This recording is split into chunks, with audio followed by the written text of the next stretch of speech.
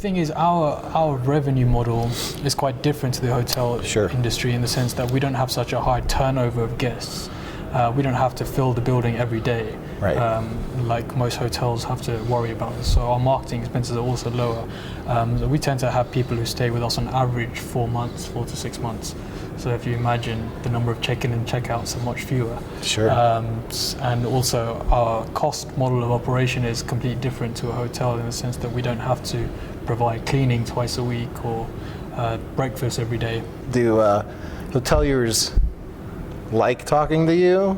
Hoteliers are curious. They're curious. They're very curious because it's a very new kind of concept. So, and there's all kinds of information out there. I'm one of the people who've, for one reason or another, has been in the industry of co-living for a long time. It's about 10 years now. So even though I don't look it, I've been doing it for a while. And there's lots of different misconceptions and ideas as to what co-living is.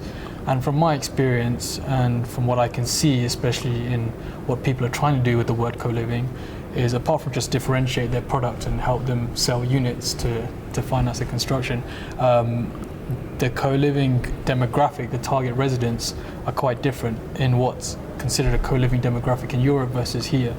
Here, or in Europe, it's mostly young professionals because the student market is already taken care of. There's already buildings made for students for the last 20 years or so in Europe and the US.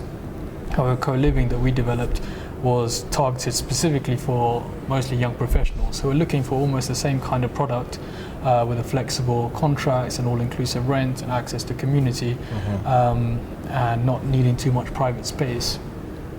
But it was very much focused on that demographic of people, and that demographic is growing because there's more people who are getting married later. The average age of getting married now from 22 is now 35, so there's much more single people in the world. People are able to travel more, people are able to work remotely or freelance, digital nomads. We've heard some about this today. And these people are in this new era where they require a new type of housing for them. However, in South America, the difference is there isn't yet housing for students either. So there's two markets. So there's lots of developers and operators saying that they're doing co-living, but it's specifically student-based.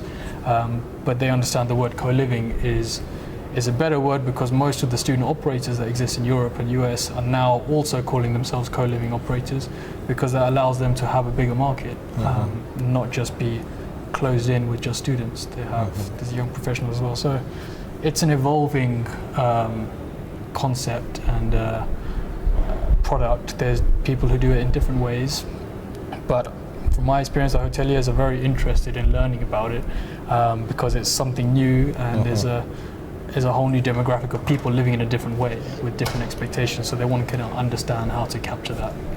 So a hotel company, a hotel brand, as they start to understand the distinct needs of their different guests, they'll create a new brand. They'll say, okay, well, we have 3 different kinds of guests. We need 3 different brands. Is that something that you would see the need for in your space as well? There's definitely opportunity to do so and have a very specific product for a specific clientele. However, for me, that defeats the idea of community because there's no crossover of people. That's why when we talk to investors who buy into our product and they have this concern about how are students living with professionals in the same building, how does that work? And it works really well. Why? Because students, if it was just a student building like those that exist in Europe, they're just living with other students, people who don't know what the real world is like. So if they're living with people, say as a journalism student, living with a bunch of other students and they're all looking for jobs, they don't know how to go about it. So if they're living with another journalist, an actual journalist who's in the real world, they can ask the guy, how was it? What is it like? What does it mean? Like, how much money can you make? How do you go about it? Where do I send my CVs? And they can make a decision there and then. Either they can pursue that or to change their course or, I don't know, whatever they want to do. Sure. But they'll have that richer experience of getting to know people that are at different stages in life with different life experiences. And that's part of this learn element, live, love, learn. Like you learn about what's going on. And also the interesting thing is that there's people from all over interconnecting. Like in hotels, there's all kinds of people, they don't get to engage with each other.